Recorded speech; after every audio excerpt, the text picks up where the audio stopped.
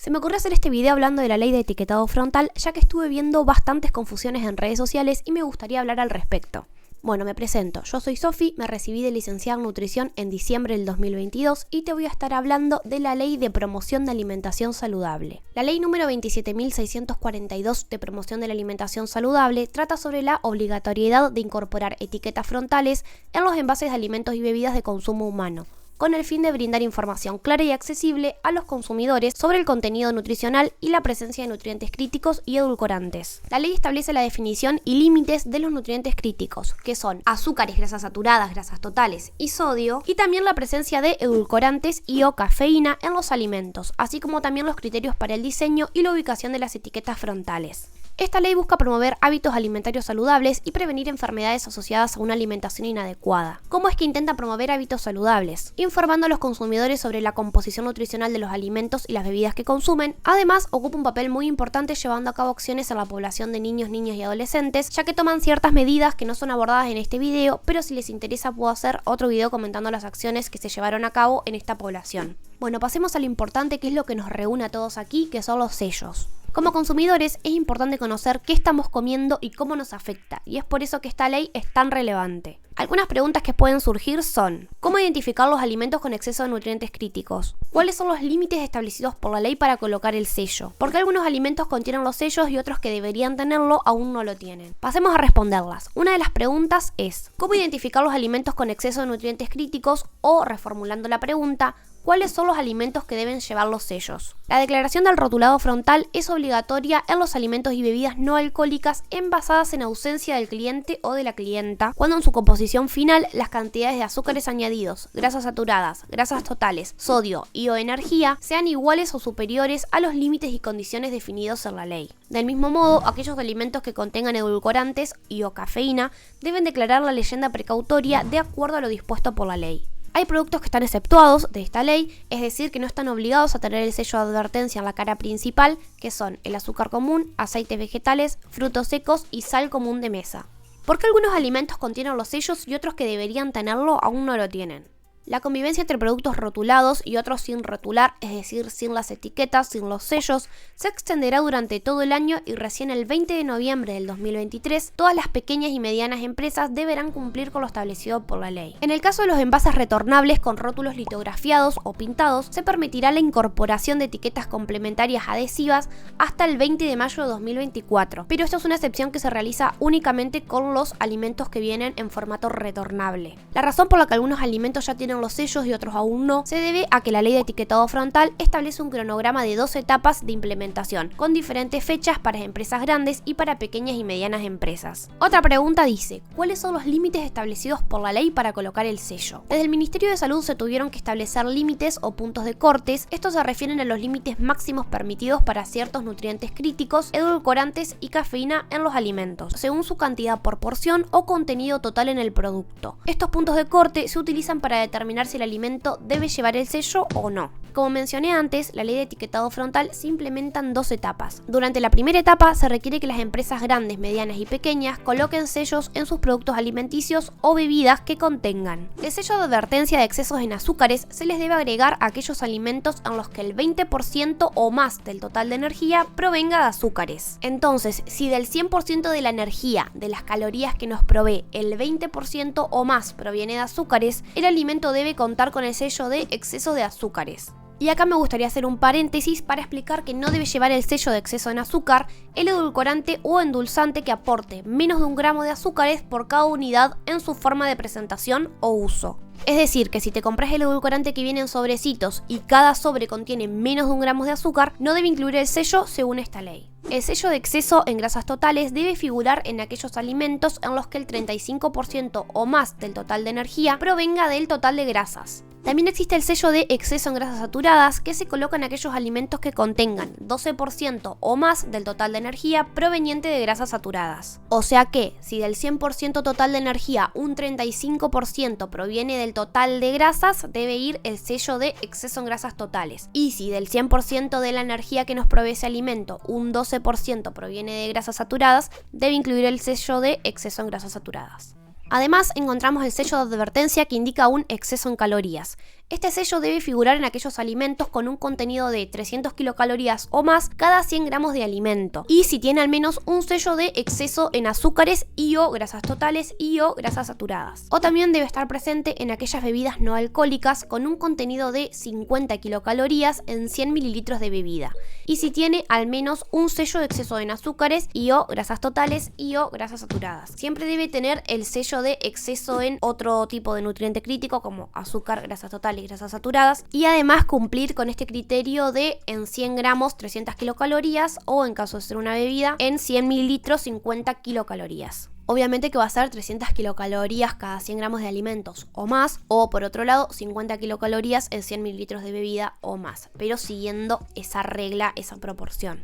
Y el sello de exceso de sodio se coloca en 3 casos particulares: cuando el contenido de sodio es de 5 miligramos o más por cada kilocaloría. Otro caso es cuando en 100 gramos de alimentos hay un contenido de 600 miligramos de sodio o más, o se sigue esa proporción, independientemente de la cantidad de kilocalorías que aporte el alimento. O también el tercer caso es en bebidas no alcohólicas con un contenido de 40 miligramos o más de sodio cada 100 mililitros, obviamente siguiendo esa proporción. Bueno, por aquí terminamos con lo que serían los sellos, los octógonos. Después están las leyendas precautorias, que son los rectángulos, que una de ellas dice contiene edulcorantes, no recomendable en niños o niñas, y la otra leyenda precautoria dice contiene cafeína, evitar en niños o niñas. La primera, de contiene edulcorantes, se le debe agregar a aquellos alimentos y o a las bebidas no alcohólicas que contengan edulcorantes. Si contiene algún tipo de edulcorante, nutritivo o no nutritivo, debe contener la leyenda de contiene edulcorantes. Del mismo modo, debe incluir la leyenda precautoria de contiene cafeína si en los ingredientes del alimento contiene cafeína o proviene de un ingrediente que la aporta en las bebidas no alcohólicas o polvos para prepararlas. Entonces, en todos estos casos debe incluir la leyenda de contiene cafeína y que es preferible evitarlo en niños o niñas. Bueno, todo esto que les acabo de contar es solamente en la primera etapa de aplicación de la ley. En la segunda etapa de implementación, los rangos para cada nutriente crítico se ajustan en comparación con la primera etapa. Si se preguntan por qué tanta vuelta y por qué no implementaron todo de una, es porque se espera o se esperó que las empresas hayan trabajado para reformular sus productos y reducir el contenido de azúcares añadidos, grasas saturadas, grasas totales y sodio en sus productos. Bueno, entonces pasemos a la segunda etapa. En esta segunda etapa, el sello de advertencia de excesos en azúcares se les debe agregar a aquellos alimentos en los que el 10% o más del total de energía provenga de azúcares. No sé si se acuerdan, pero en la primera etapa se les agregaba a aquellos alimentos en los que el 20% o más del total de energía provenía de azúcares. Entonces, si del 100% de la energía, de las calorías que nos provee, el 10% o más proviene de azúcares, el alimento debe contar con el sello de exceso en azúcares. El sello de exceso en grasas totales debe figurar en aquellos alimentos en los que el 30% o más del total de energía provenga del total de grasas. En la primera etapa, el sello se debía colocar en aquellos alimentos en los que el 35% o más del total de energía provenga del total de grasas, o sea que bajaron un poquito el punto de corte.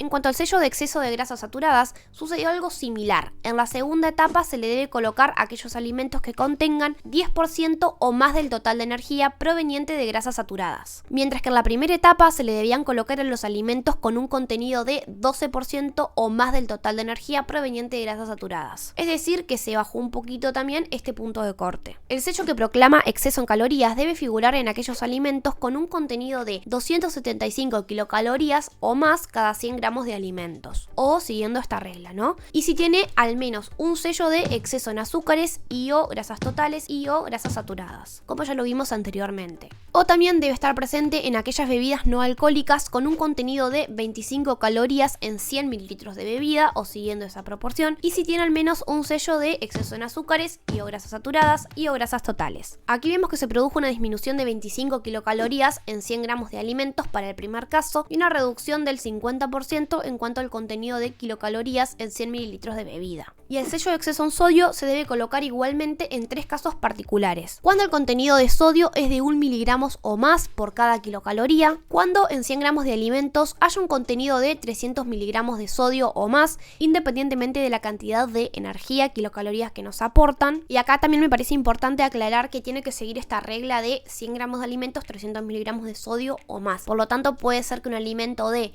300 gramos tenga un contenido de 900 miligramos de sodio, porque estaría dentro de esta proporción. Y bueno, también debe llevar el sello de exceso de sodio bebidas no alcohólicas con un contenido de 40 miligramos o más de sodio cada 100 mililitros. Esta última es la única que se mantiene igual con respecto a la primera etapa, ya que en el primer ítem, en la primera etapa se debe colocar el sello cuando el contenido de sodio es de 5 miligramos o más, y en el segundo ítem cuando en 100 gramos de alimentos haya un contenido de sodio de 600 miligramos, o sea que el límite se redujo en un 50%. En cuanto a las leyendas precautorias, se mantienen igual tanto en la primera y en la segunda etapa, es decir que al solo contener en los ingredientes de ese alimento tanto cafeína como edulcorantes, debe incluir la leyenda precautoria para cada uno de ellos. Si contiene algún tipo de edulcorante, nutritivo o no nutritivo, debe contener la leyenda que dice contiene edulcorantes, no recomendable en niños o niñas, o si contiene cafeína, debe contener la leyenda que dice contiene cafeína, evitar en niños o niñas. Bueno, esos serían todos los límites que se deben cumplir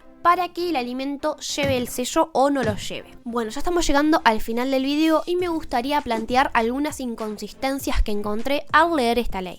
Por ejemplo, el artículo 1 y algunos aspectos del artículo 2, del 9, del 13 y del 18 tienen algunas definiciones sin reglamentar. De todos modos, que estén sin reglamentar no da vía libre para que los productores no coloquen los sellos en el frente de los etiquetados, ya que los productos tienen la obligación de proporcionar información clara y precisa en las etiquetas y envases de los alimentos y bebidas no alcohólicas. Así que bueno, aunque la ley tiene algunas cosas para ajustar, no podemos bajar los brazos en la lucha por una alimentación saludable y transparente para todos. Bueno, ya estamos llegando al final del video y como conclusión me gustaría decir que la implementación de la ley de etiquetado frontal es un gran paso para que los consumidores puedan tomar decisiones más informadas sobre lo que están comprando y consumiendo. Aunque queda mucho por hacer en términos de educación y conciencia sobre los sellos, la implementación de esta ley es un gran paso hacia la transparencia en la industria alimentaria. En este video no pudimos abordar todos los aspectos de la ley, como la ubicación de los octógonos y los microsellos, pero esperamos que esta información haya sido útil y los invitamos a seguir conversando y compartiendo sus preguntas e inquietudes en los comentarios. En resumen, espero que este video haya sido útil para comprender un poco mejor la ley y la importancia de ser conscientes de lo que estamos consumiendo. Gracias por ver el video y no dudes en dejar tus preguntas e inquietudes en los comentarios.